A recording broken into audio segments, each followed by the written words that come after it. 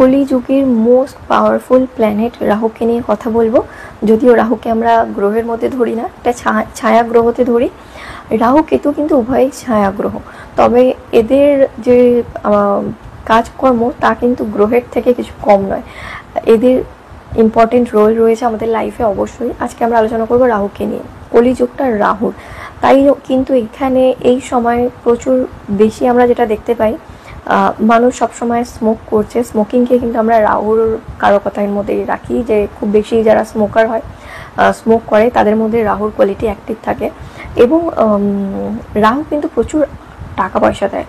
Hot করে আপনাকে যদি কেউ টাকা দিতে পারে সেটা কিন্তু রাহু, তবে এটা চিরস্থায়ী হয় না। আপনার হঠাৎ করে প্রচুর টাকা পয়সা পেলেন, কিন্তু ততক্ষণে রাহুর কিন্তু প্ল্যান করা হয়ে গেছে আপনার টাকা পয়সাগুলো কোথায় ইনভেস্ট করাবে বা কোথায় খরচা করাবে। যদি আপনি আপনার চার্টে অন্য প্ল্যানেটের পজিশন ভালো থাকে, পজিটিভ গ্রহ আপনার চার্টে পজিটিভভাবে দৃষ্টি দিয়ে থাকে, তাহলে কিন্তু আপনার সেক্ষেত্রে টাকা পয়সাগুলো বেঁচে যাবে বা আপনার লাইফ স্মুথলি চলবে, অতটাও ব্যাড এফেক্ট পড়বে না। কিন্তু রাহু যদি বেশি অ্যাক্টিভ হয়ে যায়, বাকি প্ল্যানেটরা যদি অতটা আপনার ভালো রেজাল্ট আপনাকে না দিতে পারে, সেক্ষেত্রে কিন্তু টাকা আসার আগেই রাহু ফিক্স করে ফেলে কোথা দিয়ে আপনার টাকাটা বের করবে। বেসিক্যালি দেখা যায় যে হেলথ ইস্যুতে খরচা হয়ে যায়, অযথা হয়তো কাউকে ধার দিলেন, সেই ধার আপনি পেলেন, আপনি নিজে চিট হয়ে গেলেন অন্যকে টাকা পয়সা দেওয়ার পর। আচ্ছা, এবার আসি, এই যে কলিযুগের রাহুর যে এত স্ট্রং কানেকশন, রাহুর যে এত স্ট্রং মানুষের জীবনে একটা রোল প্লে করছে, তার থেকে বাঁচার কি উপায়?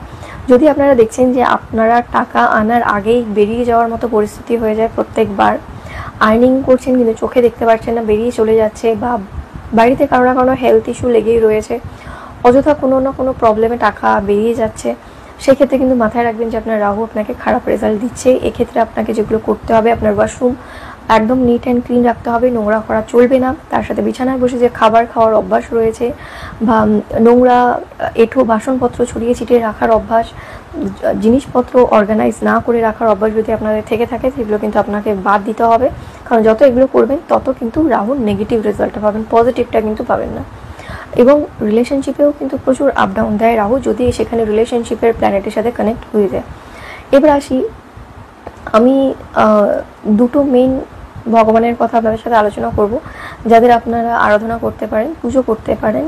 আপনি সকালবেলা ঘুম থেকে উঠে থেকে অন্ততপক্ষে একদম ফ্রেশ হওয়ার পর সময় যখনই পাবেন, এই দুটো ভগবানের নাম জপ করতে পারেন, ধ্যান করতে পারেন, আপনাদের জন্য ভীষণ ভালো হবে। এক হচ্ছে হনুমানজি।